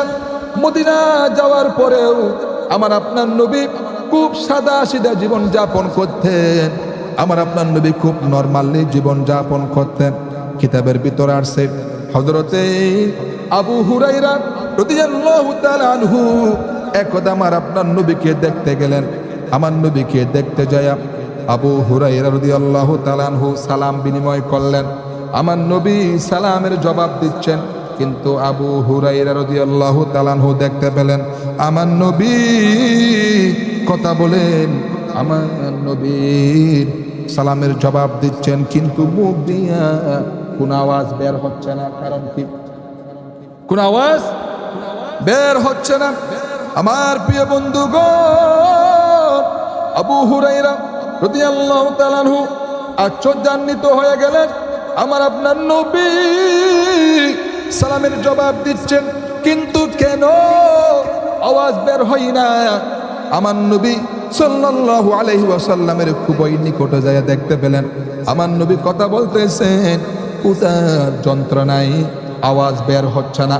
এত কুদা লেগেছে আমার নবী, 2-4 দিন চলে গেছে, পেটে খাবার নাই। আমার নবীর চুলাতে পর্যন্ত আগুন জ্বলে না। আমার প্রিয় বন্ধুগণ, অথচ আমার আপনার নবী সাল্লাল্লাহু আলাইহি ওয়াসাল্লাম তিনি রাষ্ট্রীয় যত গনিমতের মাল, যাকাত সদকার মালগুলা নিজের 2 হাতে বিতরণ করেছেন। নিজের পেটে খাবার নাই, চুলাতে পর্যন্ত নিজের ঘরে আগুন জ্বলে না। আমার নবী সারাদিন 2 হাতে গনিমতের মাল, যাকাত সদকার মালগুলা বিতরণ করা শেষ করে রাত্রিবেলায় এশরের নামাজ পড়ে ঘরের মধ্যে প্রবেশ করলেন। থরি গতিতে আমার নবী মা আয়েশা সিদ্দিকা রাদিয়াল্লাহু তাআলা আনহাকে ডাক দিয়ে বললেন, আয়েশা রে, সারাদিন কষ্ট করেছি, দারুণ ক্ষুধা লেগেছে আমার, তাড়াতাড়ি করে কিছু খাবার আমার এনে দাও। আমার বন্ধুগণ, কিতাবের ভিতরে আসছে, আমার আপনার নবীর এই কথাগুলা শুনে হযরতে মা আয়েশা কেঁদে ফেলেছেন। হযরতে মা আয়েশা কাঁদেন আর ডাক দিয়া বললেন, ইয়া রাসূলুল্লাহ, আমি আয়েশার ঘরে শুধু পানি আর পানি ছাড়া অন্য কোনো খাবার নাই। আল্লাহু আকবার, শুধু পানি আর পানি ছাড়া অন্য কোনো খাবার নাই। এই ছিল আমার নবীর আদর্শ। নিজের পেটে খাবার নাই, মানুষের ধারে ধারে খাবার পৌঁছে দিয়েছে। আর আজ আমাদের আদর্শ এমন, আমরা খেতে খেতে নিজের পেট খেয়ে ফুটকা মাছের সাইজ বানাই ফেলছি, অথচ নিজের প্রতিবেশী না খেয়ে দুঃখে দুঃখে মারা যাচ্ছে, আমাদের কোনো খবর। আমার নবী বলেছেন, লাইসা মিন উম্মতি, ওই লোক আমার উম্মত না।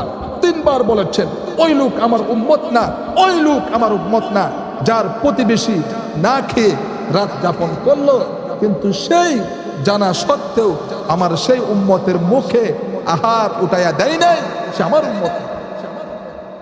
ভাই সব, এখান থেকে আমরা কি মেসেজ পেলাম? শুধু নিজে খেলে হবে না, নিজে খাবো। আমার পাড়া পড়শি প্রতিবেশী, আমার কোনো বন্ধু আহবাব যদি না খেয়ে থাকে, অভাব অনটনে থাকে, তার বিপদের সেই মুখে আমাকে আপনাকে দাঁড়াতে হবে। তাহলে কিয়ামতের দিন আমার নবী সাল্লাল্লাহু আলাইহি ওয়াসাল্লামের হস্ত মুবারকে আমি আপনি হাউজে কাউসারের পানি পান করে ইনশাআল্লাহ নাজাত পাওয়ার সম্ভাবনা আছে ইনশাআল্লাহ। ভাই সব, আজ আমরা এই পর্যন্ত রাখলাম। আল্লাহ পাক 16 ডিসেম্বর উপলক্ষে যে কথাগুলো আমাদেরকে বলালেন, আমাদেরকে শোনালেন, প্রথমে আল্লাহ আপনি আমাকে এবং আপনাদের সকলকে যত দূর মাইকের আওয়াজ যাচ্ছে এবং এই আলোচনা ইনশাআল্লাহ মিডিয়ায় যাবে। আজ আমাদের কাছে আসছে কুয়াকাটা মিডিয়া, ঢাকা থেকে আমার স্নেহের ছোট ভাই জনাব মোহাম্মদ নাজমুল হাসান সাহেব, আর আমার ভাই এই কোরআনের আয়োজন কুমিল্লার আরেকটা মিডিয়া, আমার ভাই ইমন সাহেবের সহকর্মী মোহাম্মদ ইমন সাহেবের সহকর্মী রুবেল সাহেব আসছেন। এই তাদের মিডিয়ার মাধ্যমে ইনশাআল্লাহ কোরআনের আয়োজন আর কুয়াকাটা মিডিয়ার মাধ্যমে ইনশাআল্লাহ যত দূর এই আলোচনা যাবে, আল্লাহ প্রত্যেককে আমল করার তৌফিক দান করেন, বলেন আমিন সুম্মা সালাম। আসসালামু আলাইকুম ওয়া রাহমাতুল্লাহি ওয়া বারাকাতুহু। আমার প্রিয় ভাই সব, আমরা এখন দোয়া করতে যাচ্ছি। আজ থেকেই 55 বছর পূর্বে আমাদের এই স্বাধীন পুণ্যভূমি এই রাষ্ট্রকে যারা স্বাধীন করতে গিয়া লক্ষ লক্ষ মায়ের কুল কালি হয়েছে, যারা শহীদ হয়েছেন, তাদের আত্মার মাগফিরত উপলক্ষে একবার ফাতিহা, 3 বার সূরা ইখলাস এবং দুরূদ শরীফ পড়ে আমরা দোয়া করি।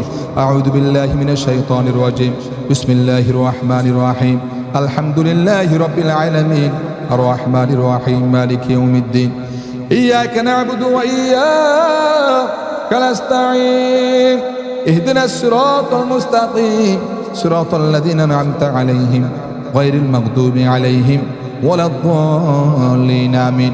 বিসমিল্লাহির রহমানির রহিম, সবাই পড়ি, কুল হুয়াল্লাহু আহাদ আল্লাহুস সামাদ ওয়া লাম ইয়াকুল লাহু কুফুয়ান আহাদ, সবাই কুল হুয়াল্লাহু আহাদ।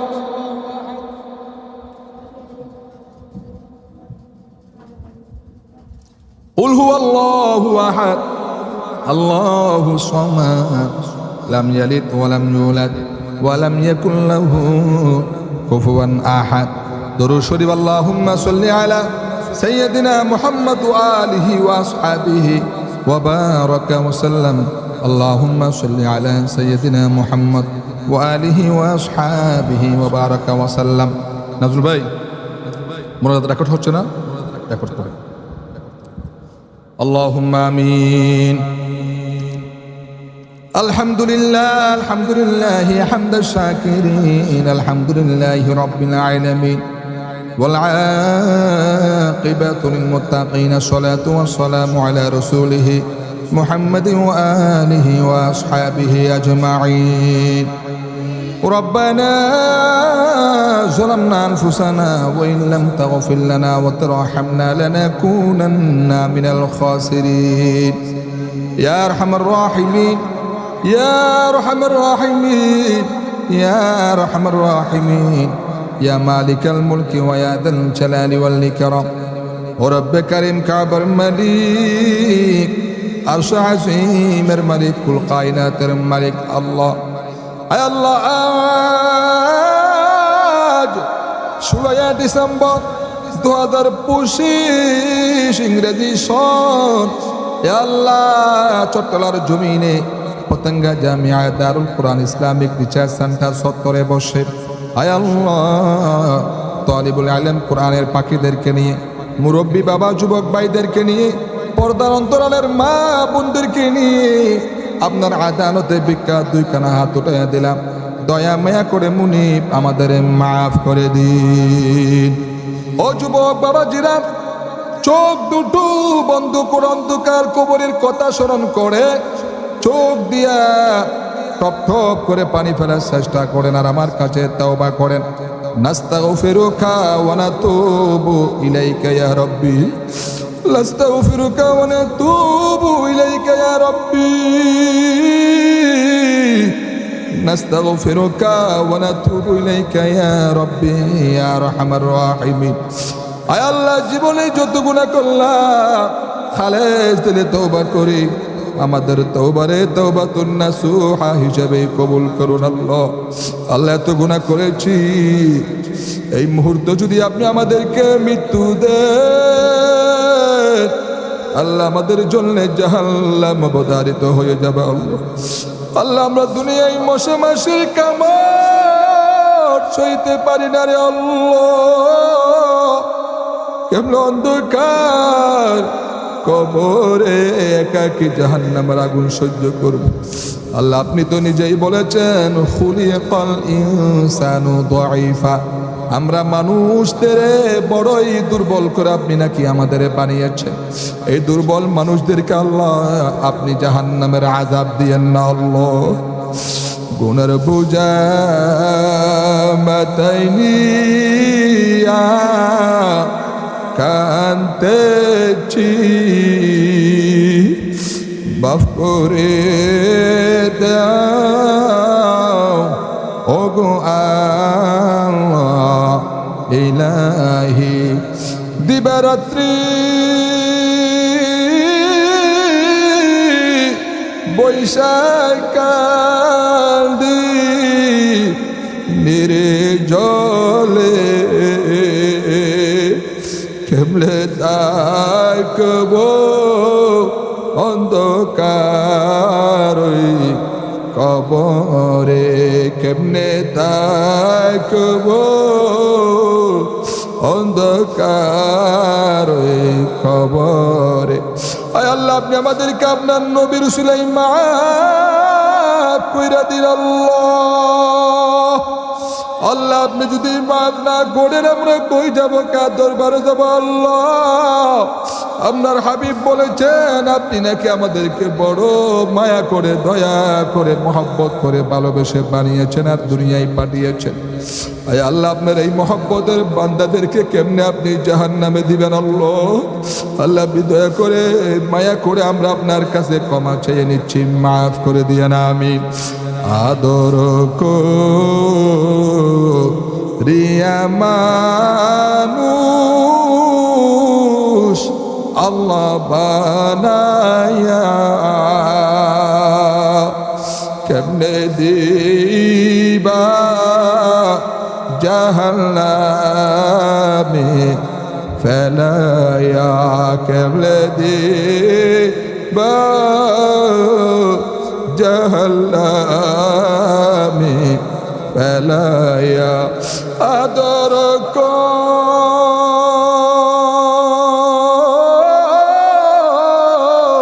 প্রিয় মানুষ আল্লাহ বানায়া কেমনে দিবা জাহান্নামে ফেলায়া তুমি যদি মাফ না করো আল্লাহ বান্দারে, বলো তোমার বান্দা যাবে কারদারে। ইয়া আরহামার রাহিমিন, আয় আল্লাহ আপনি আমাদের মাফ করে দিয়েন আমিন। আল্লাহ কলিজার টুকরা মা বাবা উস্তাদের মাফ করে দিয়েন আল্লাহ। মায়ের গুরু দিয়া, বাবার গুরু দিয়া, উস্তাদদের গুরু দিয়া, শ্বশুর শাশুড়িদের গুরু দিয়ে যত আত্মীয় স্বজন আওলাদ ফরজন রক্তের বদন অন্ধকার কবরস্থ হয়ে গেছেন প্রত্যেকের এই মাফ করে দিয়ে আল্লাহ। আয় আল্লাহ এই মুহূর্তে মনে পড়ে গেল মুনিব জনম দুঃখিনী মায়ের কথা আর বাবার কথা আল্লাহ। মা বাবা কত বড় নিয়ামত, থাকতে বুঝি নাই রে আল্লাহ। দয়া মায়া করে আমাদের মা বাবাদের মাফ করে দিয়েন আল্লাহ। রব্বির হামহুমা কামা রব্বায়ানি সগীরা। পড়েন সবাই, রব্বির হামহুমা কামা রব্বায়ানি সগীরা। চলিয়া গিয়েছে যাদের মা ও বাপ, কবরেরি আযাব আল্লাহ কইরো মাফ, কবরেরি আযাব আল্লাহ কইরো মাফ। কবরেরি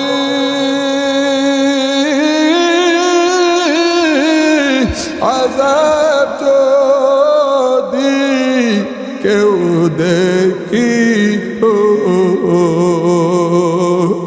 কবরেরি আযাব যদি কেউ দেখি তো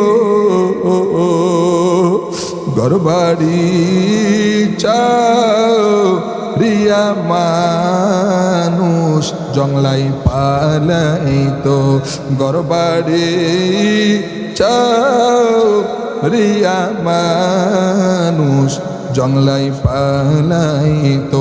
আয় আল্লাহ একদিন না একদিন অন্ধকার ওই কবরের যাত্রী হওয়া লাগবে আল্লাহ। গোড়ার বোঝা নিয়ে কবরে নিয়েন না আল্লাহ। আল্লাহ পাপের বোঝা নিয়ে মানুষের পাওনা হক দাবি দাও দাওয়া নিয়ে কবরে নিয়েন না আল্লাহ। আল্লাহ আপনার কাছে সারা জীবন একটার জি বার বার বার বার করি, ইনশাআল্লাহ মৃত্যুর আগ পর্যন্ত কইরা যাব। সে আর জি হলো আল্লাহ গুনার বোঝা নিয়ে মানুষের পাওনা হক দাবি দাওয়া নিয়ে কবরে নিয়েন না আল্লাহ। জাহান্নামের আসামি বানায়া কবরে নিয়ে আল্লাহ আল্লাহ। কবর বড় ভয়ঙ্কর জায়গা রে বলবি, কবর বড় ভয়ঙ্কর জায়গা আল্লাহ। আমরা দুনিয়াতে রাত্রিবেলা একাকি চলতে পারি না, থাকতে পারি না আল্লাহ। কত না বইয়ের মধ্যে থাকি, ভীত সন্ত্রস্ত হয়ে যায়। ওই বাসবাগান গুরুস্থান যেখানে দিনের বেলায় যেতেও ভয় করে আল্লাহ। ওই কবরে কেমনে একাকি সন্তান তুইয়া, মা বাপ তুইয়া, বন্ধু বান্ধব তুই একাকি থাকবো আল্লাহ। আল্লাহ সেই কবরে সাবাল লিয়া কবরে লিয়া লাউই আল্লাহ আপনাকে রাজি খুশি করে কবরে লিয়ান আল্লাহ। জান্নাতুল ফেরদাউসের মেহমান পালাইয়া কবরে নিয়ান আল্লাহ। আল্লাহ আমাদের এই মাদ্রাসারে কবুল করে নিয়ান আল্লাহ। সারা পৃথিবীর মুসলমানদের প্রতি রহম করম করিয়েন আল্লাহ। আজ 16 ডিসেম্বর 2025, আজ থেকে 55 বছর পূর্ব 1971 সনে ইয়া আল্লাহ যে সমস্ত আমার কলিজার টুকরা ভাইয়েরা বোনেরা এই দেশকে স্বাধীন করতে গিয়া আল্লাহ সেই পশ্চিমা লাল কুত্তাদের হাত থেকে আল্লাহ লাল সেই পাক হারাদার বাহিনীদের হাত থেকে এই দেশকে স্বাধীন করতে গিয়ে এই রাষ্ট্রকে আমাদেরকে আল্লাহ উপহার দিতে গিয়ে যারা শহীদ হয়েছেন ওই সমস্ত 1971 সনের শহীদ ভাই বোনদের মাফ করে তাদের এই শাহাদাতের মর্তবা নসিব করে দিয়ে না আমিন। তাদেরকে জান্নাতুল ফেরদাউসের মেহমান বানায় নিন আমিন। ইয়া আল্লাহ আমার ভাই জনাব নাজমুল হাসান সাহেব কুয়াকাটা মিডিয়া কবুল করে নিয়ে না আমিন। আমার ভাইয়ের দিলের আশা মনের আশা পুরা করে দিয়ে না আমিন। এ আল্লাহ গোটা বাংলাদেশে আমার ভাই সফর করেন, নিরাপদে সফর করাই নিয়ে না আমিন। এ আল্লাহ আমার ভাই মন রাজা সাহেবকে কবুল করে নিয়ে না আমিন। এ আল্লাহ আমার ভাইয়ের মিডিয়া কোরআনের আয়োজন এই মিডিয়া আল্লাহ আমার ব্যক্তিগত মিডিয়া ফুরকান জামিল মিডিয়া আল্লাহ পার্সোনাল মিডিয়া সহ প্রতিটা মিডিয়া ইনশাআল্লাহ গোটা পৃথিবীতে ছড়াইয়া দিন আমিন। কোটি কোটি মিলিয়ন যেন হয় আমাদের এই আলোচনাগুলা এ আল্লাহ দাওয়াতু তাবলীগের নিসবতে বিশ্বময় পৌঁছাই দিয়ে না আমিন আমিন। এ আল্লাহ কোথাও ইজ্জত করিয়েন না, যেই দিকে যাই না কেন ইজ্জতের মালা পরাইয়া দিন, সম্মানের মালা পরাইয়া দিন। আল্লাহ ইহদিনাস সিরাতাল মুস্তাকিম, আল্লাহুম্মা ইহদিনাস সিরাতাল মুস্তাকিম, আল্লাহুম্মা ইহদিনাস সিরাতাল মুস্তাকিম। হে আল্লাহ আপনি আমাদের হেদায়েতের মালা গলায় পড়াই দিয়া না আমিন। কান্নাওয়ালা চক্ষু দান করুন আমিন। ফিকিরকারী কলব জিকিরকারী জিহ্বা দান করুন আমিন। তাকাব্বাল মিন্না ইন্নাকা আনতাস সামিউল আলিম, তাকাব্বাল মিন্না ইন্নাকা আনতাস সামিউল আলিম। اللهم صل على سيدنا محمد وآله وأصحابه أجمعين. سبحان ربك رب العزة عما يصفون وسلام على المرسلين وسلام على المرسلين. হে আল্লাহ আখিরি ফরিয়াদ আজকের এই সমস্ত নেকটুকু লক্ষ কোটি গুণ বৃদ্ধি করে আমাদের পক্ষ থেকে আপনার হাবিব জনাবে মুহাম্মদুর রাসূলুল্লাহ সাল্লাল্লাহু আলাইহি ওয়াসাল্লামের দাগদাসে পৌঁছাই দিয়ে না আমিন। সমস্ত মুসলমান নরনারীর কবরে কবরে পৌঁছাই দিয়ে না আমিন। মৃত্যুর সময় আমাদের নাপাক জবান দিয়ে জারি করিয়ে দিয়েন কালেমায়ে তয়্যিবা লা ইলাহা ইল্লাল্লাহু মুহাম্মাদুর রাসূলুল্লাহ সাল্লাল্লাহু আলাইহি ওয়া আলিহি ওয়াসাল্লাম।